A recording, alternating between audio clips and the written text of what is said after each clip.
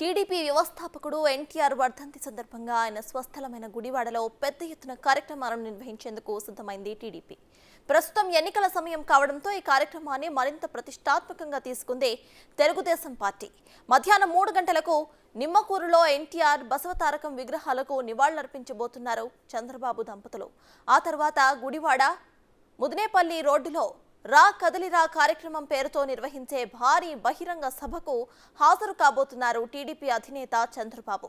దీంతో సభను విజయవంతం చేసేందుకు చుట్టుపక్కల నియోజకవర్గాల నుంచి పార్టీ శ్రేణులు సమీకరించే ఏర్పాట్లు చేస్తున్నారు తెలుగు తమ్ముళ్లు.